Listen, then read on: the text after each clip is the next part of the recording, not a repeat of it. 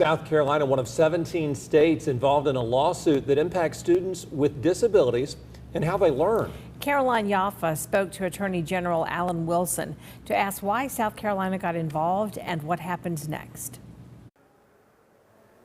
You may have heard about 504 plans in schools. It's a law that's been around for more than 50 years, and it makes it illegal for any program receiving federal funding like schools to discriminate against a person with disabilities. Last year, South Carolina joined Texas in a lawsuit that could affect 504 plans. It's part of the Rehabilitation Act, covering students with any physical or mental impairment limiting major life activities or daily functions, learning disability, chronic illness, and mental health conditions. I've had members of my staff with children that received the accommodations under Section 504. Last year, President Joe Biden expanded the term disability to include gender dysphoria, prompting several states to sue the federal government. President Donald Trump signed an executive order to erase President Biden's change to the law. South Carolina Attorney General Alan Wilson says by entering the lawsuit, he never wanted to get rid of Section 504, just President Biden's changes. I would never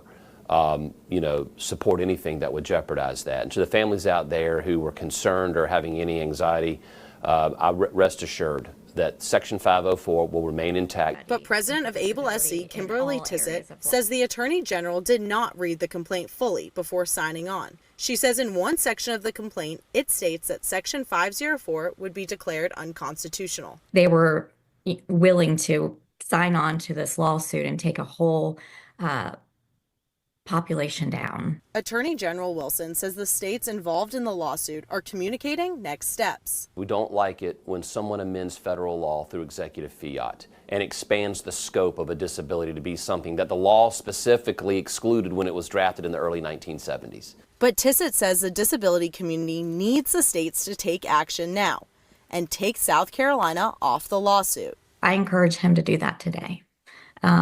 If he wants to continue to be an ally for the disability community, which I know he is, we need him to remove South Carolina immediately.